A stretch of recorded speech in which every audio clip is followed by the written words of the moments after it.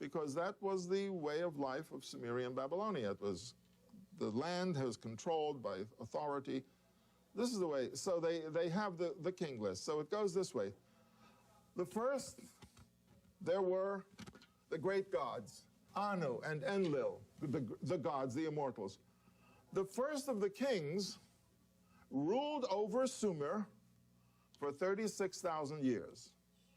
It's a number. His son ruled over Sumeria for 29,000 years. The grandson, 24,000. We'll go to the next generation, 18,000. Go down a little further, 12,000. What's going on here?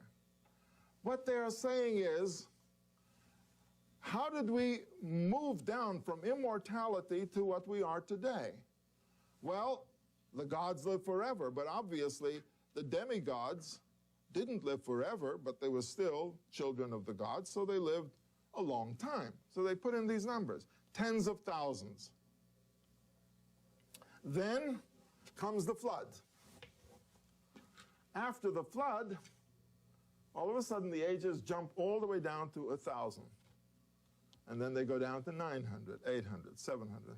And then you can see that at a certain point, this mythological list, or the list of the origin of humanity, suddenly latches into a real list, because they begin to give the names of kings who ruled in Sumeria, and they give them ages such as, and he ruled 24 years, 17 years, 36 years.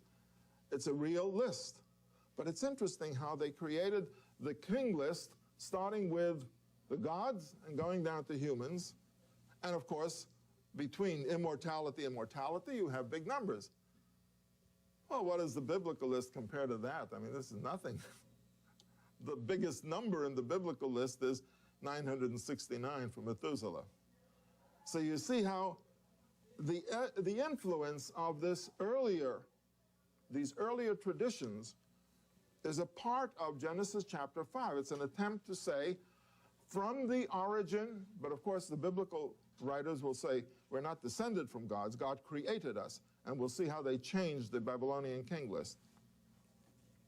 So we have then the element of immortality and descendants of human beings from gods in Sumerian, Babylonian, and Greek mythologies. Now we have the Genesis 5, and we compare it to the Babylonian king list, and it comes out very interesting.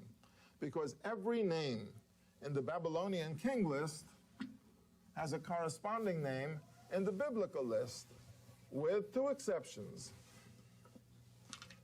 When the biblical writer began to compile the list, and it is based on the Babylonian king list, it's word-for-word translation of the Babylonian king list, he made two changes in it.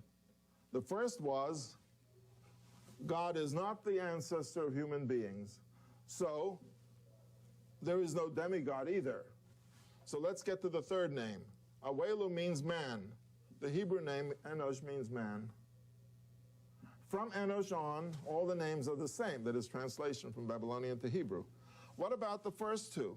Well, there's no, God is not the ancestor of human beings, so we'll say that God created man.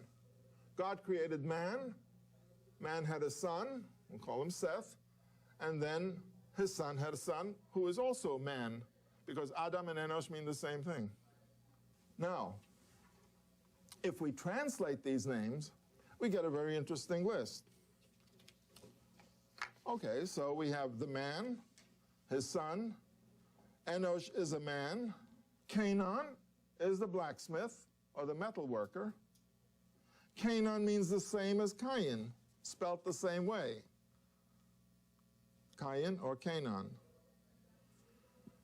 Mahalalel means the one who praises God.